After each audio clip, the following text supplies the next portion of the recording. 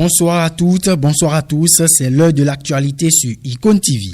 Audience au palais de la Marina, le président Patrice Talon échange avec le cadre de concertation des confessions religieuses. Cette rencontre s'inscrit dans le cadre des efforts du gouvernement pour promouvoir le dialogue interreligieux et renforcer la cohésion sociale dans le pays. Le jeudi 10 avril 2025, une délégation du cadre de concertation des confessions religieuses a rencontré le président Patrice Talon au palais de la Marina. Lors de cette rencontre, plusieurs sujets essentiels ont été abordés, notamment la législation sur les confessions religieuses, la laïcité de l'État et les élections générales de 2026. Le porte-parole du cadre, Michel Alokpo, a souligné que la loi du 1er juillet 1901 est désormais obsolète pour encadrer les confessions religieuses et a salué l'initiative du gouvernement d'élaborer un projet de loi cadre. Un processus de réexamen de ce projet est prévu pour juin avec la société civile. Les échanges ont également porté sur des médiations réussies du président pour résoudre des conflits internes au sein de certaines communautés religieuses et la contribution des confessions religieuses au processus électoral de 2026. Le cadre a exprimé sa gratitude envers le chef de l'État et sa volonté de collaborer pour une meilleure cohésion sociale.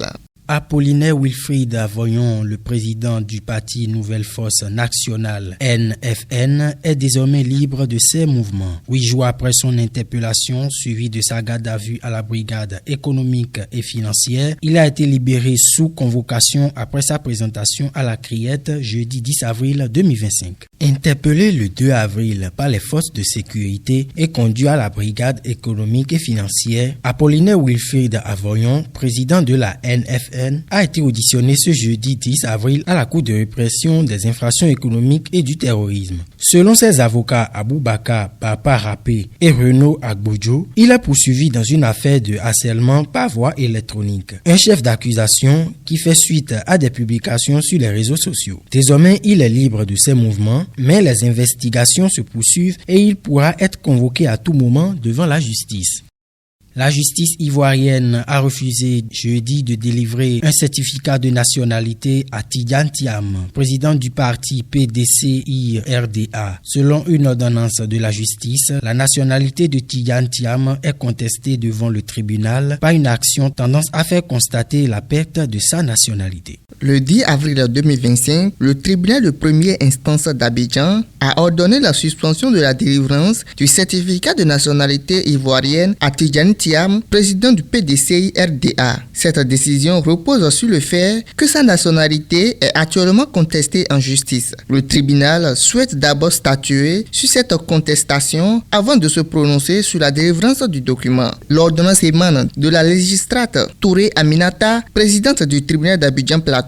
Elle rappelle que seul le président du tribunal, un magistrat délégué ou un juge de section est habilité à délivrer un certificat de nationalité. Or, dans ce cas précis, une action judiciaire est en cours visant à faire contester une éventuelle perte de nationalité de M.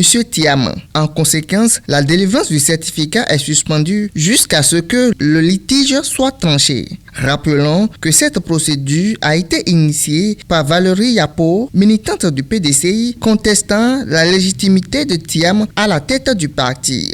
Au Sénégal, Mamadou Badio Camara, président du Conseil national, est décédé ce jeudi à Dakar.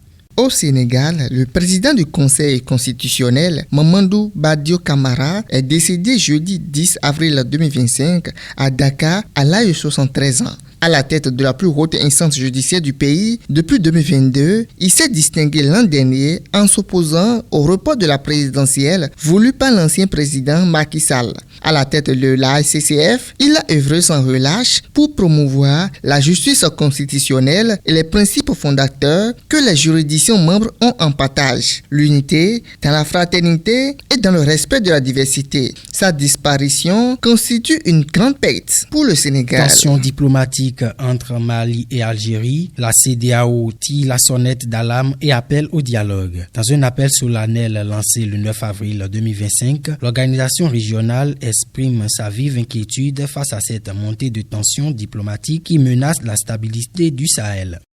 La communauté économique des États de l'Afrique de l'Ouest, CEDEAO, a exprimé sa vive inquiétude face à la montée des tensions diplomatiques entre le Mali et l'Algérie. Dans un communiqué, elle appelle les deux pays à privilégier le dialogue et à recourir aux mécanismes régionaux et continentaux pour résoudre leurs différends. Cette réaction fait suite à l'incident du 1er avril au cours duquel un drone malien a été abattu près de la frontière provoquant une crise diplomatique. Depuis, les deux pays ont rappelé leurs ambassadeurs et fermé leur espace aérien respectif. Le Mali, soutenu par ses alliés du Burkina et du Niger, accuse l'Algérie d'agression, tandis qu'Alger affirme que son territoire a été violé. La CEDEAO, bien que l'Algérie n'en soit pas membre et que le Mali s'en soit retiré récemment, exhorte à la désescalade pour éviter une aggravation de l'instabilité dans la région.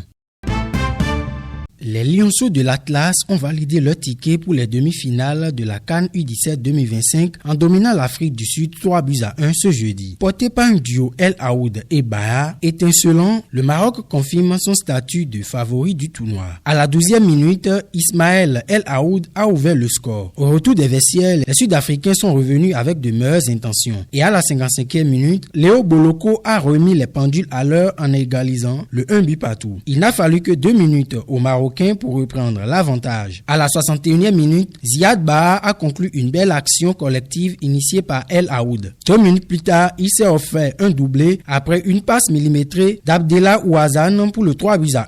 Un coup de massue pour les Sud-Africains incapables de revenir dans le match. Avec cette victoire convaincante, les Lionceaux de l'Atlas filent en demi-finale, confirmant leur solidité et leur efficacité offensive. Le Burkina, quant à lui, a livré une véritable démonstration de force en surclassant la Zambie sur le score sans appel de 6-1.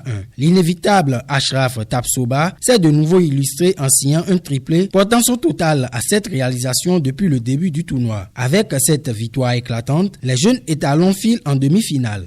Eh bien, amis internautes, ce sera tout pour Icône Soir de ce vendredi. Portez-vous bien, bon week-end et à lundi.